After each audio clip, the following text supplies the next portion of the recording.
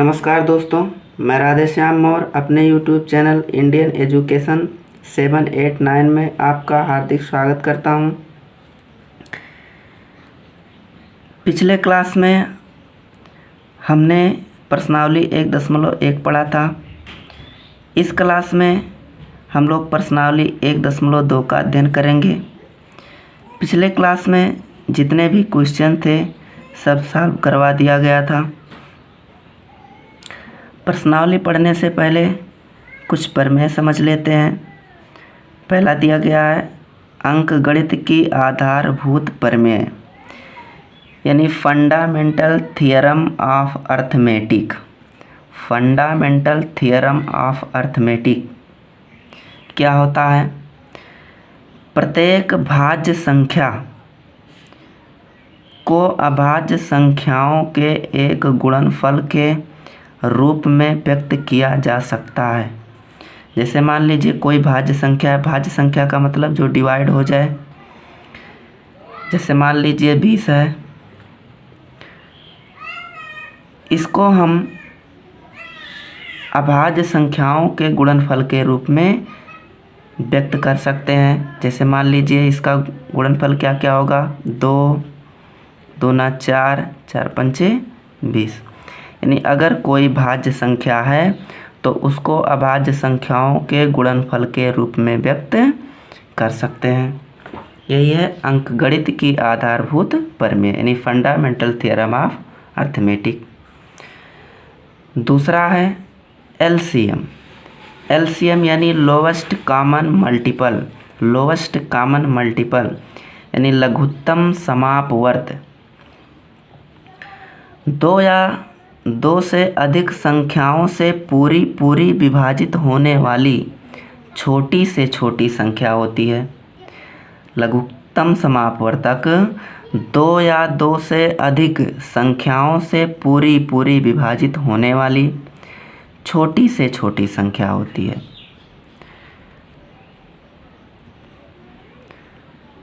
अगला है HCF यानी हाईएस्ट कॉमन फैक्टर, यानी महत्तम समापवर्तक। यह 2 या 2 से अधिक संख्याओं को पूरी विभाजित करने वाली बड़ी से बड़ी संख्या होती है। इन दोनों का हमें चैप्टर में यूज करना है। एलसीएम और एचसीएम में क्या क्या संबंध होता है, क्या संबंध होता है समझ लेते हैं। एलसीएम गुणे HCF यानी LCM into HCF is equal to यानी बराबर होता है पहली संख्या यानी first number into second number यानी दूसरी संख्या। एलसीएम और HCF का गुणनफल पहली और दूसरी संख्या के गुणनफल के बराबर होता है। ये फार्मूला है, नोट कर लीजिए। इसका यूज करना है चैप्टर में हम लोगों को। तो जो लोग हमारे चैनल से नए जुड़े हैं वो चैनल को सब्सक्राइब कर लीजिए और बेल आइकन प्रेस कर लीजिए, जिससे आने वाले वीडियो का नोटिफिकेशन आप तक पहुंच जाए। और वीडियो को अपने दोस्तों में शेयर कर दीजिए। चलिए चलते हैं क्वेश्चन पर। पहला क्वेश्चन है निम्नलिखित संख्याओं को अभाज्य गुणनखंडों के रूप में व्यक्त कीजिए। पहला 140 है, दूसरा 156, तीसरा 3825, चौथा 5005, पाँचवा 7429। इसको हमें अभाज्य गुणनखंड के रूप में व्यक्त करना है। गुणनखंड का मतलब होता है गुणा के रूप में खंड करना, यानी गुणा के रूप में उसका खंड कर देना, यानी टुकड़ों में बांट देना, छोटा छोटा कर देना। चलिए पहला क्वेश्चन सॉल्व करते हैं। इसके लिए बहुत ही आसान मेथड है। 140 है पहला। 140 ऐसे लिख लीजिए, एक लाइन खींच लीजिए। इसको हमें डिवाइड करना है। सबसे पहले 2 से डिवाइड कीजिए। 2 सत्ते 14 शून्य, ये भी 2 से डिवाइड हो जाएगा। 2 तिया 6, एक बचा 10 हो गया, 2 पंचे 10, 3 से नहीं डिवाइड होगा, 4 से नहीं करना है क्योंकि 4 अभाज्य संख्या नहीं है। 5 से डिवाइड कर लीजिए, 5 सते 35, 7 से कर लेंगे, 1 आया। तो इसका गुणनखंड आया, इसका गुणनखंड आया 140 का, जिससे डिवाइड हुआ है, यही इसका गुणनखंड है। 2 गुणे 2 गुणे 5 गुणे 7। इसी प्रकार दूसरा भी कर लेते हैं। 156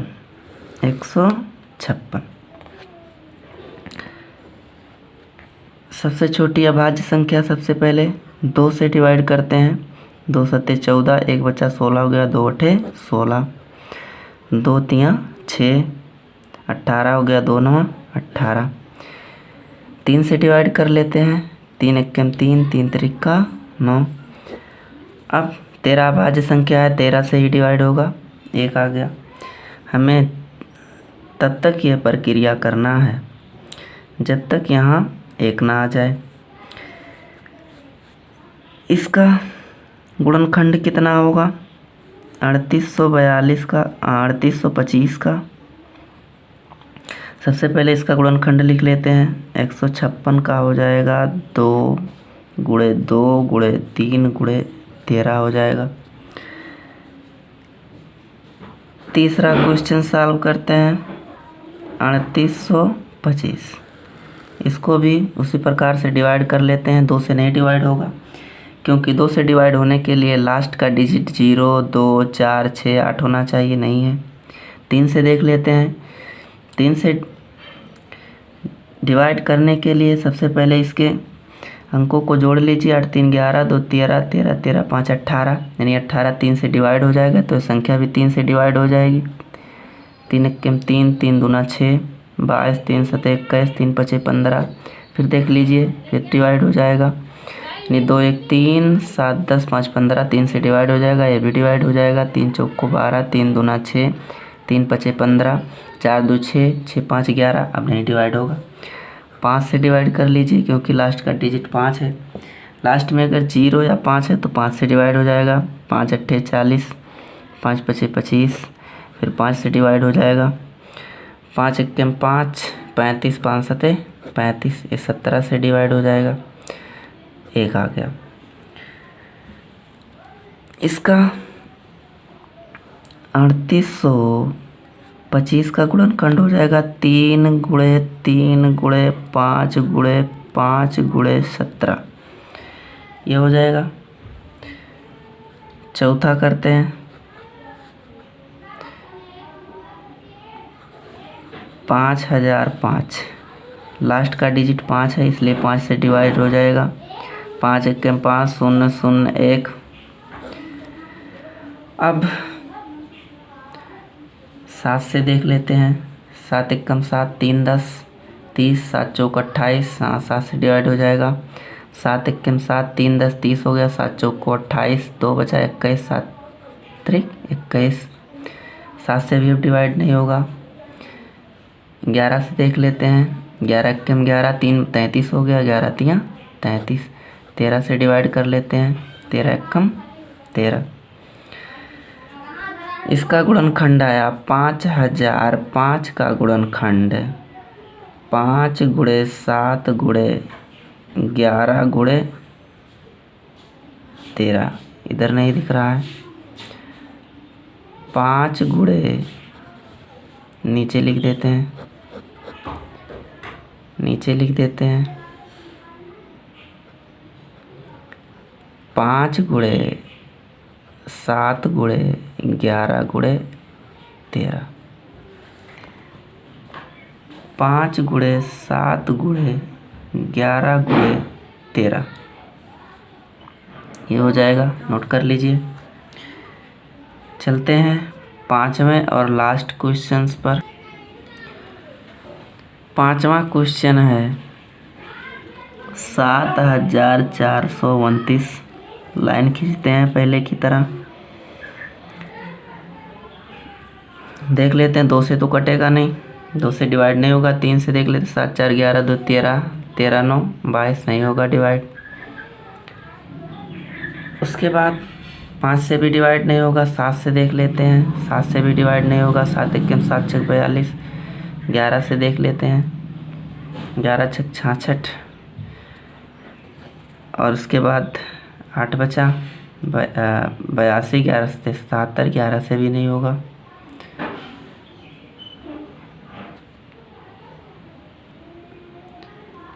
तेरह से भी डिवाइड नहीं होगा।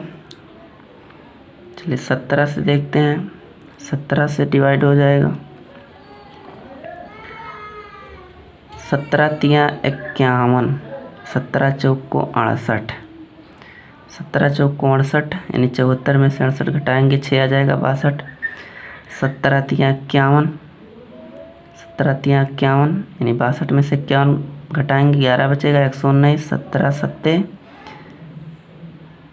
सत्ते 119। अब की बार 17 से भी नहीं कटेगा, चलिए 19 से काटते हैं। 19 दूना 38, 38 5 43 57, 57 19 तिया 57। 19 से भी नहीं कटेगा। 23 अभाज्य संख्या है इसलिए 23 से कट जाएगा। 23 एकम 23। तो 74 29 का गुणनखंड हुआ 17 गुणे 19 गुणे 23। पहला क्वेश्चन समाप्त हुआ। अब हम लोग दूसरे क्वेश्चन पर चलते हैं। दूसरा क्वेश्चन है, पूर्णांकों के निम्नलिखित युग्मों के HCF और LCM ज्ञात कीजिए तथा इसकी जांच कीजिए कि दो संख्याओं का गुणनफल बराबर HCF गुणे LCM यानी दो संख्याओं का गुणनफल HCF और LCM के गुणनफल के बराबर है। पहला क्वेश्चन है,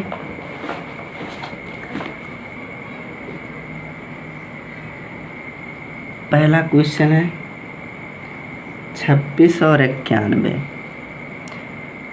26 और 91।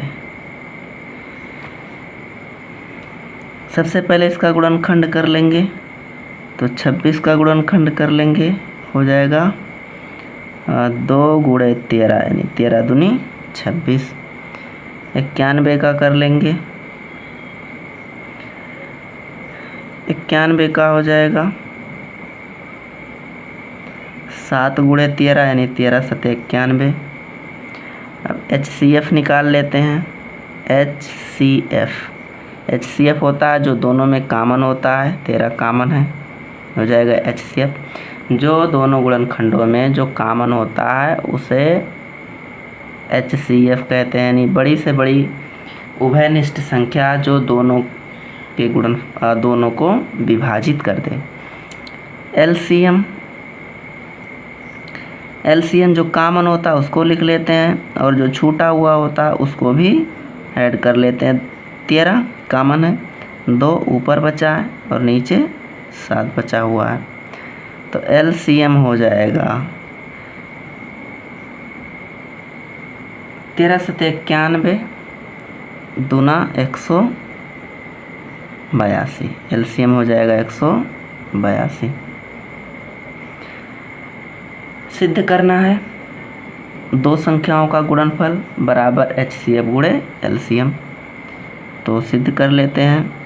जांच करके हमें दिखाना है, जांच करना है, जांच कर लेते हैं। दो संख्याओं का गुणनफल बराबर HCF गुणे LCM, तो दो संख्याओं का गुणनफल, दोनों संख्या क्या क्या थे, 26 गुणे 91 बराबर HCF कितना है 13 गुणे 182, LCM कितना है 182।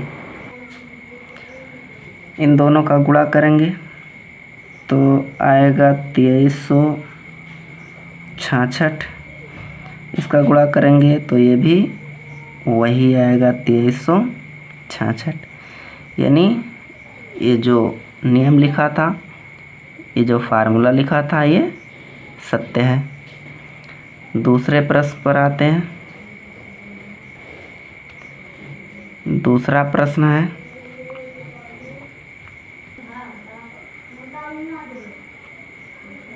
510 और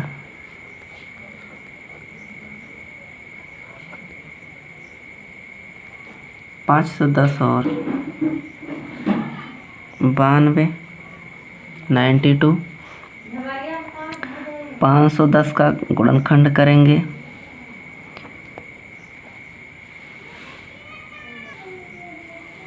हो जाएगा 2 गुणे 3 गुणे 5 गुणे 17।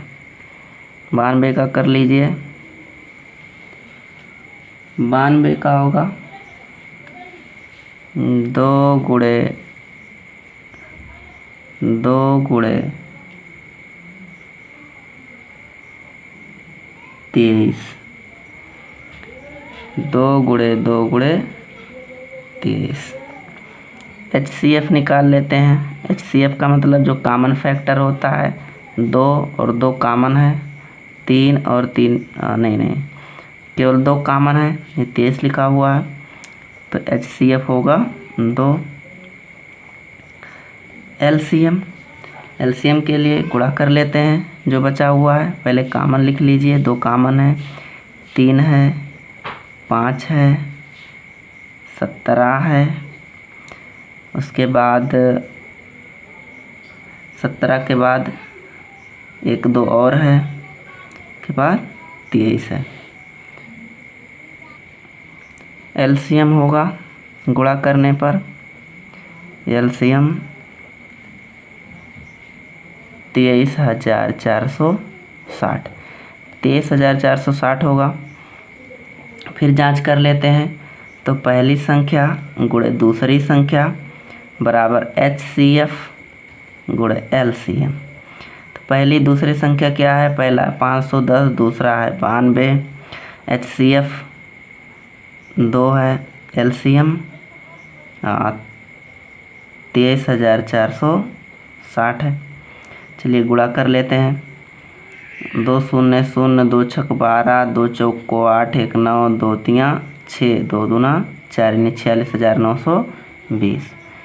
इसका भी गुणा करेंगे तो आएगा 46,920।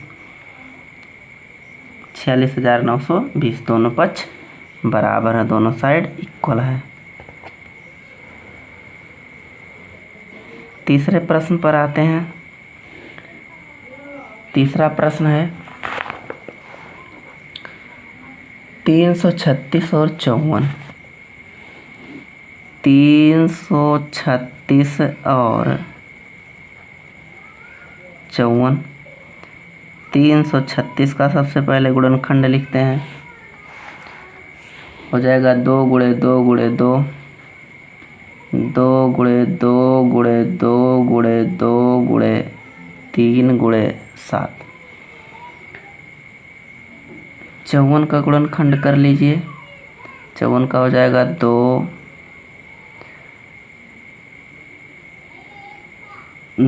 गुणे 3 गुणे 3 गुणे 3, 2 3 6, 3 18, 3 54। HCF निकाल लीजिए। HCF हो जाएगा कॉमन पद 2 और 2, एक यह कॉमन है, एक 3 और 3 ये कॉमन है, यानी 2 3 6, 6 हो जाएगा HCF। LCM कॉमन वाले को लिख लेंगे पहले। 2 गुणे 3, जो बचा उसको भी लिख लेंगे। 2 2 2, 2 गुणे 2 गुणे 2 गुणे 7 गुणे, यहाँ भी बचा हुआ है 3 गुणे 3। तो LCM हो जाएगा, गुणा करेंगे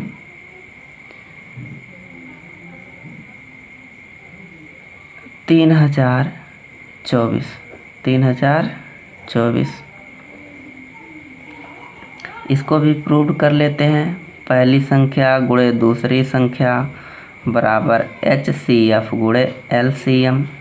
पहली संख्या है 336 गुणे 54 बराबर HCF 6 गुणे 3024।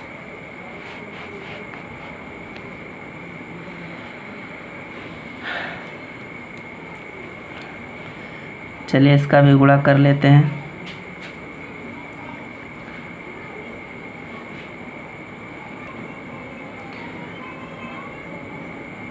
6 चौक को 24, 6 दूना 12, 2 14, 6 शून्य शून्य, एक हासिल 6 त्रिक 18 यानी 144।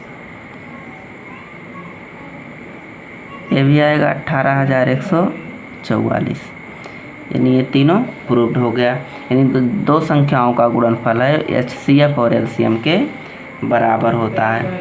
दो संख्याओं का गुणनफल HCF और LCM के बराबर होता है।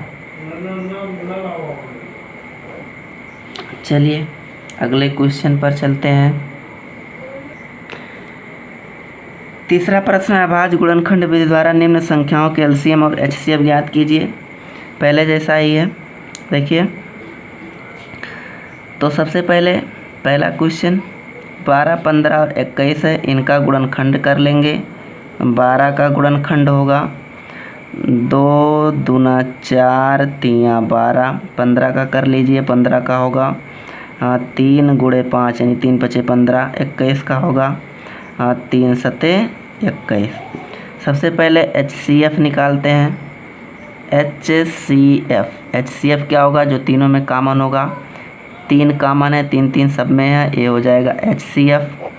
LCM के लिए पहले कॉमन वाला लिख लीजिए, फिर जो बचा हुआ उसको लिख लेंगे। 2 गुणे 2। यहाँ 5 बचा हुआ है, इसको भी लिख लेंगे। यहाँ 7 बचा है, इसको लिख लेंगे। तो हमारा LCM हो जाएगा 3 दूना 6, 6 दूना 12, 5 60, 7 420। LCM हो जाएगा 420। दूसरे क्वेश्चन पर आते हैं। 17, 23 और 29। 17 का फैक्टर करेंगे, नहीं होगा क्योंकि ये अभाज्य संख्याएं हैं। 23 का भी नहीं होगा और 29 इसका भी फैक्टर नहीं होगा, या तो स्वयं से कटेगा या 1 से। यह अभाज्य संख्याएं हैं। तो HCF ऐसी अगर सभी अभाज्य संख्याएं हैं तो उनका HCF 1 होता है। LCM क्या होगा, 17 गुणे 23 गुणे 29। तो LCM हो जाएगा, गुणा कर लेते हैं तीनों का। गुणा करेंगे तो आएगा 11,339। 11,339। इसी प्रकार से तीसरा क्वेश्चन सॉल्व कर लेते हैं। 8 का गुणनखंड करेंगे, 2 गुणे 2 गुणे 2 हो जाएगा।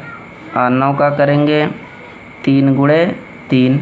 25 का करेंगे 5 गुणे 5। इसमें भी कोई उभयनिष्ठ कोई कॉमन नहीं मिल रहा है, इसलिए HCF दूसरे क्वेश्चन की तरह 1 होगा। इसमें 1 का गुणा रहता है हमेशा। LCM के लिए तीनों का गुणा कर देंगे। क्या, 2 2 2 यानी 8, और ये 3 3 का मतलब 9, और 5 5 गुणे 5 यानी 25। 25 अट्ठे 200, 209 1800 हो जाएगा। LCM हो जाएगा 1800। ये क्वेश्चन भी समाप्त हुआ। चलिए चलते हैं अगले क्वेश्चन पर। Question number 4। चौथा प्रश्न है, HCF यानी 306 और 657 का HCF 9 दिया है।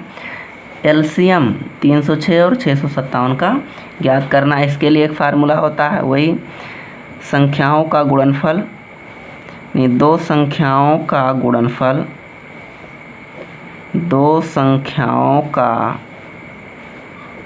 गुणनफल बराबर होता है LCM गुणे HCF।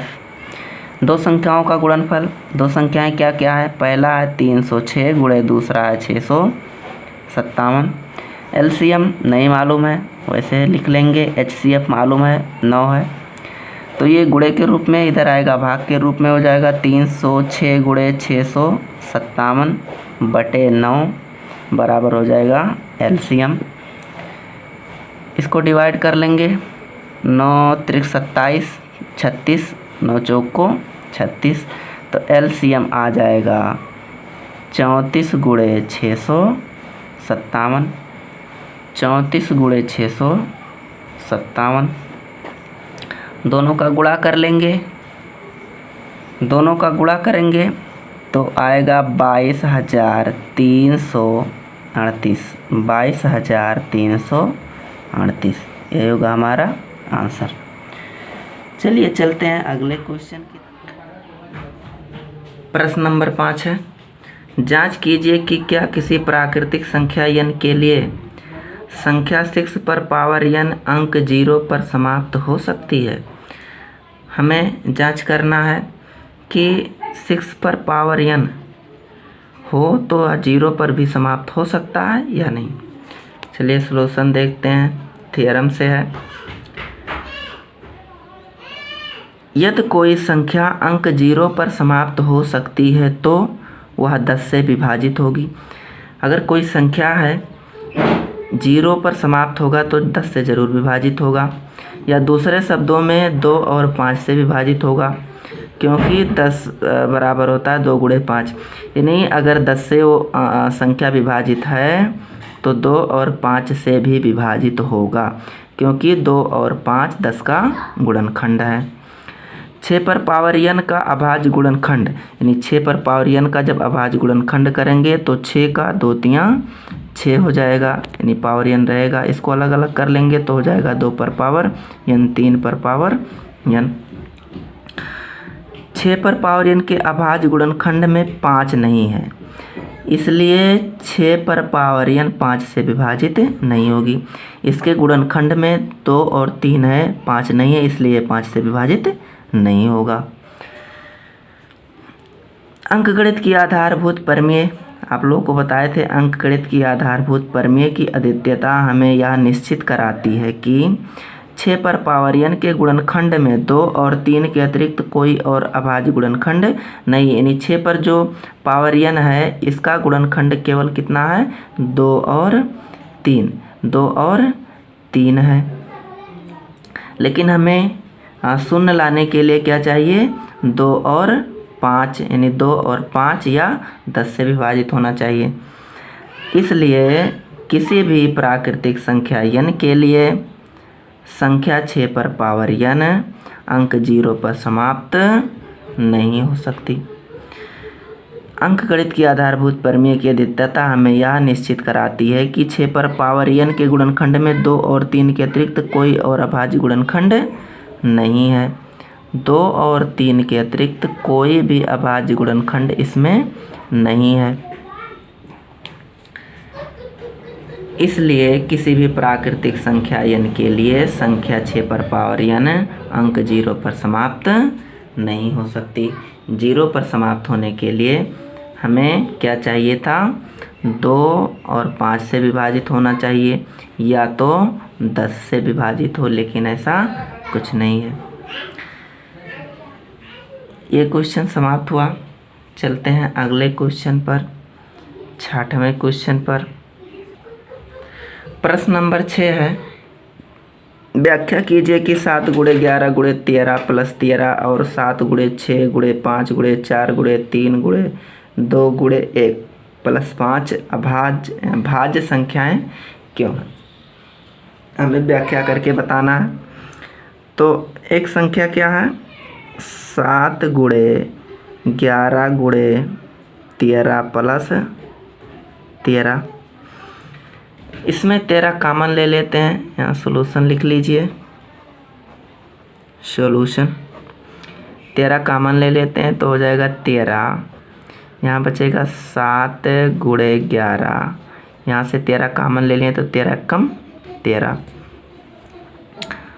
यहाँ हो जाएगा 13, 11 सत्ते 77 प्लस 1 आगे देखिए 13 और 77 1 78। उसके बाद में 13 गुणे इसका फैक्टर कर सकते हैं, गुणनखंड कर सकते हैं, यानी 13 गुणे 6 यानी 13 छक 78। हमें ये बताना है कि ये भाज्य संख्याएं क्यों हैं। तो भाज्य संख्याओं का एक नियम होता है, क्या होता है? भाज्य संख्याओं के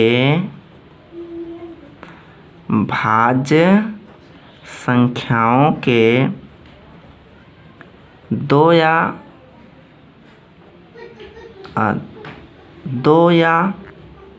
दो से अधिक, 2 या 2 नहीं रहेगा, 2 से अधिक भाज्य संख्याओं के 2 से अधिक भाजक होते हैं,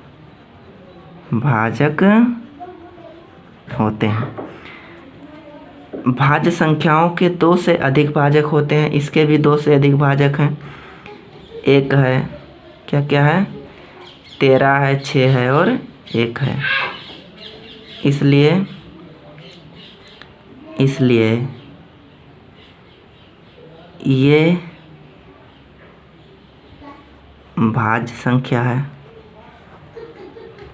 ये भाज्य संख्या है। दूसरा देख लेते हैं 7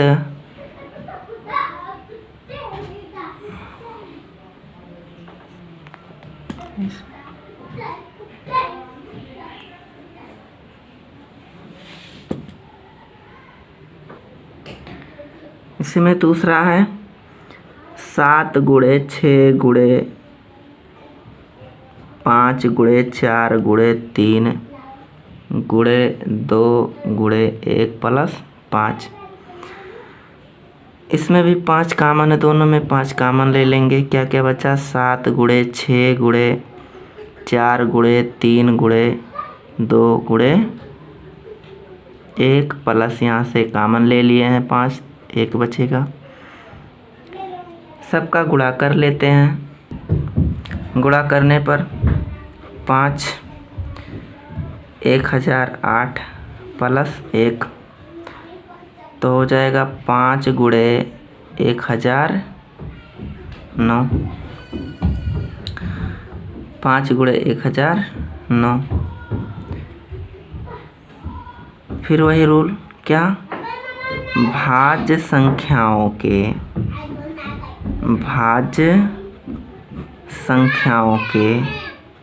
2 से अधिक भाजक होते हैं। यहाँ भाजक क्या क्या है? एक 5 है, एक 1009 है और तीसरा क्या होगा? तीसरा 1 होगा। तीसरा क्या होगा? 1 होगा। तो 2 से अधिक यानी 1 2 3। इसमें कितने थे? इसमें 1 2 3 और 1 को मिला करके 4 था।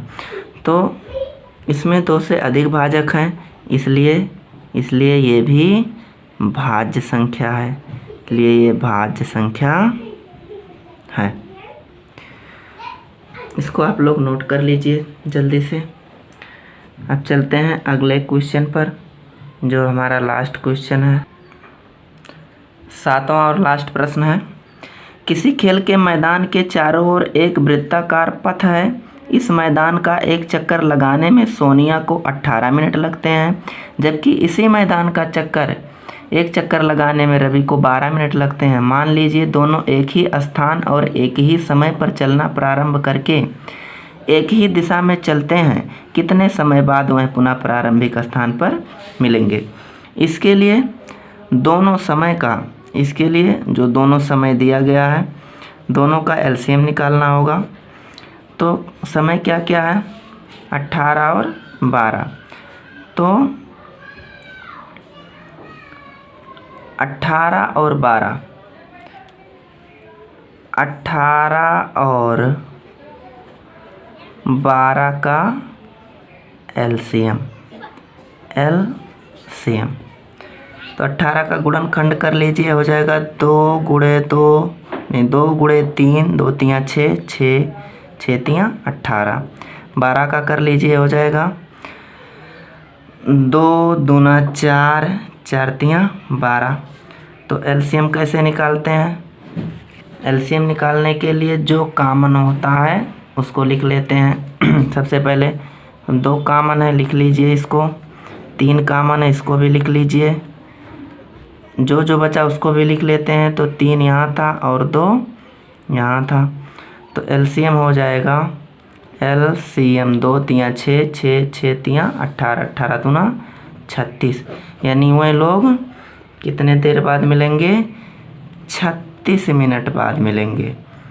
36 मिनट बाद मिलेंगे। कब मिलेंगे? 36 मिनट बाद मिलेंगे। इस प्रकार हमारा चैप्टर समाप्त हुआ। आप लोगों से निवेदन है कि जो लोग नए जुड़े हैं हमारे चैनल को सब्सक्राइब कर लीजिए और वीडियो को शेयर कर दीजिए। अगले वीडियो में कल मिलेंगे, जिसमें हम लोग पढ़ेंगे चैप्टर 1.3। आप लोग नोट्स बना लीजिए और जितना भी पढ़ाया जाता है उसको सॉल्व कीजिए। एक बार वीडियो देखिए, उसके बाद वीडियो देखने के बाद पूरा क्वेश्चन सॉल्व कीजिए। अगर कोई क्वेश्चन नहीं समझ में आता है तो फिर से वो वीडियो देख लीजिए कि कहाँ क्या मिस्टेक हुआ है। यही पढ़ने का सही तरीका है। अब कल मिलेंगे, तो धन्यवाद। दोस्तों, यह वीडियो आपको कैसा लगा हमें कमेंट करके ज़रूर बताएं। जो लोग हमारे चैनल से नए जुड़े हैं वो चैनल को सब्सक्राइब करके बेल आइकन प्रेस कर लें, जिससे आने वाले वीडियो का नोटिफिकेशन आप तक पहुंच जाए। वीडियो को अपने दोस्तों में शेयर कर दीजिए। अगले वीडियो में हम कल मिलेंगे। धन्यवाद।